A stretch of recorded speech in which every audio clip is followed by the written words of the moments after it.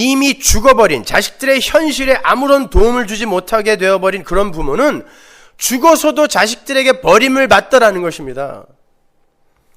그것이 아담 안에서 선악과를 따먹고 스스로 영광과 인기와 이름을 챙기기 위해 살던 이들의 결국인 거예요. 자신의 이름과 인기와 명성과 성공을 위해서는 그 무엇도 마다하지 않고 심지어 포퓰리즘을 이용해서라도 기어코 쟁취해내려는 악마적 속성의 최후, 그게 레콜라타 묘지 안에 가득 차 있었어요. 반면에 에바페론과 똑같은 33세 돌아가신 어떤 분이 계십니다. 그분은 에바페론과는 비교도 할 수 없을 만큼 가난하고 어려운 집에서 태어나셨어요. 그분은 거기에서 탈출하려고 단 한순간도 노력을 하지 않으신 분이에요. 그리고 평생을 목수의 아들로, 목수로 사셨습니다. 그분은 단 한순간도 자신의 이름을 위해 살지 않으셨어요. 능력이 없었던 게 아닙니다. 돌로 떡을 만들 수 있었고, 높은 성전에서 뛰어내리면 하늘의 천사들이 수종을 들러 내려와서 그분의 발을 받쳐야 하는 하늘의 왕이었어요. 그런데 그런 분이 자신의 이름과 자신의 영광을 위해서 자신의 힘을 사용하여 그 어떤 일도 하지 않은 것입니다. 그게 40일 금식 후에 마귀로부터 시험받은 그 시험의 에피소드가 바로 그 이야기를 하는 거예요. 그분은 자신의 몸을 치장하기 위해서 사치를 하지 않았고 보석으로 멋을 낼 필요도 없었어요.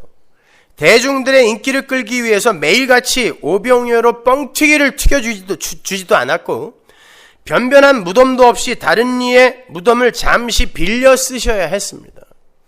에바페로는 부자들의 돈을 뺏어서 실제로 기차에서 사람들에게 돈을 뿌려주기도 했어요. 그분은 당신을 왕으로 추대하겠노라고 찾아온 무리를 피해서 산으로 도망을 하셨습니다. 누구는 왕이 되기 위해 몸까지 팔아가며 수단과 방법을 가리지 않으며 그렇게 분투를 하는데, 어떤 분은 왕이 되어달라고 쫓아온 사람들을 피해서 도망가시더라는 것입니다. 그분의 나라는 이 세상 나라가 아니었기 때문이에요. 그런데 하나님은 그렇게 변변한 무덤 하나 남기지 못하고 십자가에서 쓸쓸히 죽어간 그분을 승리자라 왕이라 칭하십니다. 그렇게 이 세상에는 두 종류의 사람들이 살다가 가요. 하나는 자기의 이름과 평판과 인기와 힘을 챙기기 위해서 수단과 방법을 가리지 않고 그것들을 추구하며 살다가 가는 사람들이고, 다른 하나는 자신의 이름 남기기, 흔적 남기기의 욕망을 끊임없이 공격당하다가 결국 인간의 이름 남기기의 그 욕망이 하나님 앞에서 가장 큰 죄악이라는 것을 깨닫고 조용히 흔적 없이 이 세상을 떠나고자 하는 두 종류의 사람이 있는 거예요. 여러분은 어떤 종류의 사람으로 이 세상을 살고 있습니까?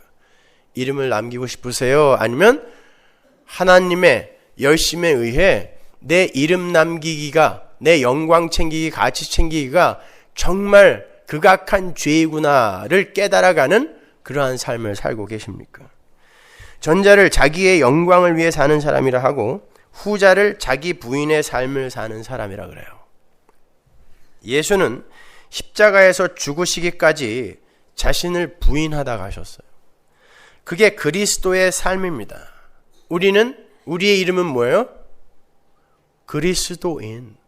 그 어디서 나온 말이에요? 그리스도에게서 나온 말이 아닙니까?